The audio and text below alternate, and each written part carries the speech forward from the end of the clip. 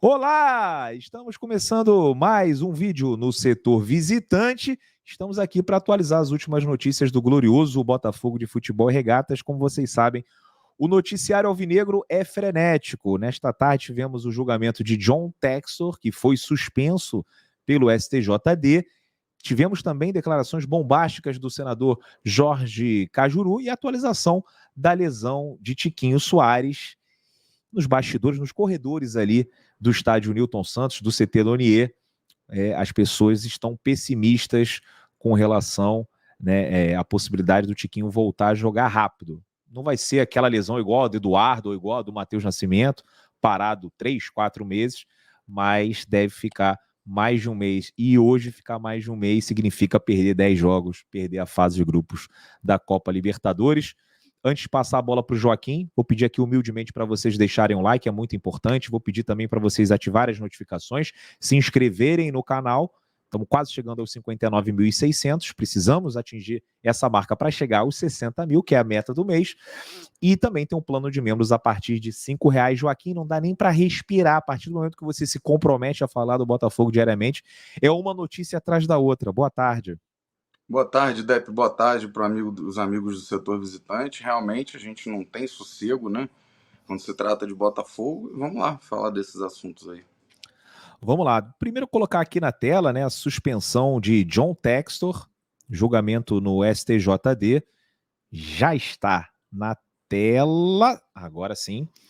Ele foi suspenso por 45 dias e multado em R$ 100 mil pelo STJD por conta das ofensas proferidas na derrota para o Palmeiras em 2023. Aqui tem, né, tudo que aconteceu ali no julgamento, os artigos que ele foi indiciado, o porquê dessa multa. Ele inicialmente tinha sido suspenso apenas por 30 dias, depois aumentaram para 35 e agora colocaram mais 10.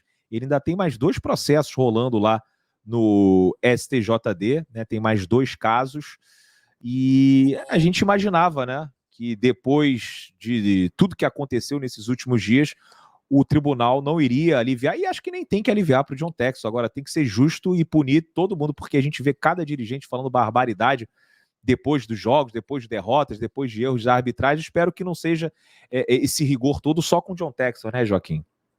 Na verdade você já até falou o que eu ia falar.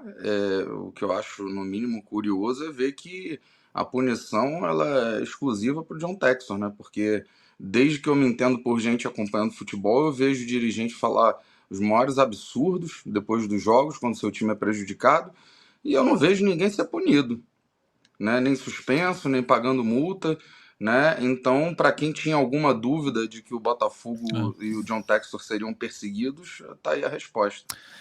Um ou outro deve ter, né? A gente também não acompanha, não somos ali jornalistas, setoristas do tribunal. Um ou outro deve ser punido, mas, né, sendo tratado de uma maneira assim, às vezes até desrespeitosa, Sim, sendo quase como se ele fosse um ridicularizado, bandido. algumas palavras muito fortes que a gente não ouve. Por exemplo, pedirem para banir um dirigente. Eu já ouvi muitas barbaridades e nunca vi. E não estou falando nem especificamente do STJD, mas todo o circo do futebol, né? Acho que espero que esse rigor, né, seja visto também com outros dirigentes, porque na semana que vem provavelmente a gente já vai ter gente falando barbaridade sobre a arbitragem sem prova nenhuma e também ninguém fica pedindo, cadê as provas? Cadê as provas? Pediram as provas daquela declaração do presidente do Atlético Goianiense, falou que tinha uma máfia, cadê a prova? Enfim, já imaginávamos isso. Vamos colocar aqui na tela também aqui uma fala bombástica do Cajuru. A fala do Cajuru já é um gancho muito bom do assunto que a gente estava, né? Não queriam provas, agora toma. VAR cometeu um crime e foi um jogo de time grande na Série A do Brasileiro. Dispara presidente da CPI da manipulação. Ele falou, o VAR cometeu um crime. Ele editou um lance de impedimento e outro de pênalti. Editou é por opção ou não? Editou. Portanto, ele mostrou para o Brasil algo que não era verdadeiro. Eu não tenho, infelizmente, o direito de falar o jogo, mas é da Série A do Brasileiro e de time grande de Rio e São Paulo. A imagem que ele mostrou, ele, o Textor, para nós é escandalosa. não tem como discutir, e é clássico, não é jogo comum. E aí ele diz aqui, ó, o problema não é acusar essa árbitra do VAR. Eu não tenho provas, está falando da Daiane Muniz, mas sim a coincidência de ela estar presente em jogos com imagens duvidosas. Tem lance que ele mostra dos dois lados. Ele, o Texor, não tem só as imagens oficiais do VAR. Ele contratou uma empresa dele para fazer as imagens atrás dos gols para ele. Ele tem um confronto de imagens. Em 80% ele é marqueteiro, quer defender o Botafogo. Mas em 20% a gente não pode desrespeitar. Tem que ver, analisar, investigar e chegar a uma conclusão honesta. E por que ela está coincidentemente nesses jogos em que o VAR errou e também editou em um jogo? Eu não estou acusando essa árbitra, mas a coincidência dela está nesses mesmos jogos. E assim, a gente também aqui não vai ser leviano de acusar a árbitra, né, nem o outro árbitro ali envolvido. É uma investigação que está acontecendo, eles vão se explicar, tudo vai ser resolvido, mas analisando as palavras do Cajuru, especificamente sobre a edição de imagens, é um negócio gravíssimo, né, Joaquim? É o que eu falei. Para quem queria prova, toma. Agora aguentem. E eu, como eu falei já em outros vídeos, eu tô aqui ansioso, né? Vou ficar com a minha pipoca assistindo as cenas dos próximos capítulos. E assim, é mais uma das coisas esquisitas, né? Essa menina presente né, nos jogos em que houve essa manipulação das imagens, ela também presente em 11 jogos com o Klaus, né, fazendo essa dupla, quer dizer, é muito conveniente, uma no VAR, o outro lá no campo, né, e se entendem. Vamos ver, a gente não pode acusar ninguém, mas que é no mínimo esquisito, E a CBF, a gente até comentou no vídeo mais cedo, né? Eles falam que os clubes pedem para eles serem escalados porque são os melhores árbitros. Mas aí a pergunta até que o Fogão Net fez, mas quem pede? E esse pedido, ele quando chega lá na CBF, né, a solicitação ela é aceita para todos os times ou é só para alguns que pedem? Acho meio esquisito isso, né? Não, é uma Enfim. coisa absurda demais. Essa coisa dos clubes pedirem, isso é um negócio escabroso, né? Eu fico tentando imaginar os diálogos, né? Tipo, pô, eu gosto desse árbitro aqui, coloca ele pra apitar meu jogo, né? Pô, não dá, né, cara? Não dá. Gostar de árbitro. Ai, meu Deus do céu. E vamos lá. Tem essa notícia aqui do jornal O Globo, né? Tô colocando aqui pelo Fogão Net, né? Tiquinho Soares deve ficar fora por lesão no Botafogo por mais de um mês, como a gente imaginava, né? Se fosse lesão grau 1, eram 3 semanas, se fosse grau 2, era ali 4, 6 semanas, e grau 3, aí ele ficaria fora 3, 4 meses, como o Eduardo ficou, como o Matheus Nascimento vai ficar. Não é a pior lesão, provavelmente não é a pior, e a gente ficou com essa sensação, porque ele estava dentro de campo, depois no final da partida, estava conseguindo andar, e infelizmente deve ficar fora, né, 4 a 6 semanas, o que significa que deve perder 10 jogos e também está fora da fase de grupos da Libertadores. Um desfalque importantíssimo, né, Joaquim? É um desfalque importantíssimo, já falei várias vezes aí em vários vídeos.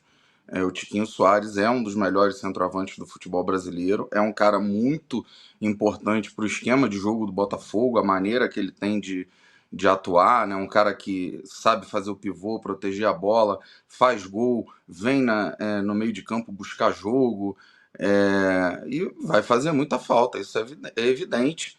Agora, se serve de consolação, a notícia boa é que nesses jogos aí que a gente vai ficar sem o Tiquinho Soares, né, na Libertadores, na Copa do Brasil, Brasileiro, a gente vai jogar esses jogos sem o Tiquinho Soares, mas também a gente não vai ter que aturar o Janderson e o Matheus Nascimento. Cara, mas assim, vamos lá, minha opinião sobre isso. Acho que o Botafogo foi muito mal, ele arriscou muito ao Foi não mal. trazer um atacante na primeira janela. Porque vamos colocar aí que a gente tivesse o Janderson e o Matheus Nascimento, não ia ser suficiente. Não Com o ia. Janderson Por e o isso que eu Matheus fiz uma Nascimento não ia brincadeira ser com o isso. suficiente. E aí venderam o Janderson e o Matheus se machucou. Se o Matheus estivesse disponível, a preocupação ia ser a mesma. Porque o Matheus ainda não se mostrou estar no nível para substituir o Tiquinho por 10 jogos. Uma partida ali, Atlético Goianiense em casa, ok, entra. Mas para jogar em Barranquilha, para jogar contra o Universitário no Peru, a gente precisava de um atacante mais experiente. Precisava de 2 atacantes bons e um jovem para completar. Então você tinha ali o Tiquinho e mais um, como foi no ano passado, Tiquinho e Diego Costa, e o outro é o Janderson, o outro é o Matheus. Aí também, cara, não dá para ter 3. Se os 2 se machucarem, aí tu foi muito azarado. Mais um dá para você ter. E aí o Botafogo não foi atrás, esperou para contratar o Igor Jesus, que só chega no meio do ano, chega em julho. Então o Botafogo ia ficar 3 meses, é o primeiro turno inteiro do Campeonato Brasileiro, é a fase de grupos da Libertadores, é os 2 jogos contra o Vitória na Copa do Brasil, não tem o substituto. Ah, beleza, tem o Eduardo e o Júnior Santos. Prefiro o Eduardo e o Júnior Santos do que Matheus Nascimento e O problema Janderson. é que uma hora a gente vai perder o Júnior Santos também. Exato, vai perder os 2. É que agora o Eduardo e o Júnior Santos vão jogar todos os 10 jogos, até a data FIFA no dia 3 de junho. 10 partidas seguidas. Então, assim, vai ter que improvisar e vamos lá, pode ser que o Botafogo até saia bem desse problema aí que tem, o Arthur Jorge consegue ali, mas que a diretoria errou por dentro, mas errou, pô. Né? Isso aí é uma parada inadmissível, não dá para dizer que não errou, né, Joaquim? Não dá. Eu falei brincando que se serve de consolo a gente não vai ter que aturar Janderson e Matheus Nascimento, porque eu acho que Júnior Santos e Eduardo podem dar conta do recado, podem fazer bem esse papel. O problema agora passa a ser outro. O problema é que se a gente vai usar o Júnior Santos e o Eduardo nessa posição, a gente vai ter menos peça, né, para as meias e para as pontas. Então a gente vai sobrecarregar mais esses jogadores, né? Tá arriscado a perder, não necessariamente o Júnior Santos, mas a gente de repente força mais com o Luiz Henrique, força mais com o Jefinho, né, para fazer essa composição ali, e uma hora perde alguém por lesão também. Então, assim, a gente elogia muito a direção do Botafogo, o trabalho que está sendo feito para recolocar o Botafogo no topo, né? Agora, a gente não pode só para elogiar e passar pano. Na hora que erra, a gente tem que falar e erraram feio. E a gente está desde o início do ano falando disso, né? Pois é, lateral esquerdo, que aí pelo menos trouxeram o Cuiabano. Vamos ver se ele estreia logo nesse final de semana. Daqui a pouco é o Hulk que estoura também. O Marçal a gente não pode contar. E era para trazer um centroavante, não trouxeram. E agora tomara que com o Eduardo e com o Júnior Santos a gente consiga manter o nível de exibição e que esses caras não se machuquem. Que a gente já sabe o que acontece com o Eduardo quando ele também é obrigado a jogar muitas partidas em sequência, né? Que o nível de rendimento cai. Enfim, é isso, pessoal. Deixe seus comentários aqui nesse vídeo. Mais uma vez, deixa o like, se inscreva, faça todo aquele pupurri. Tem o clube de membros. Simples Reserva, opa, aqui ó, Simples Reserva, parceira do canal, link na descrição, ou então mira o QR Code, entra na loja, tem desconto de 10% do setor visitante, e aqui embaixo o QR Code da Parimate, também tem o link na descrição.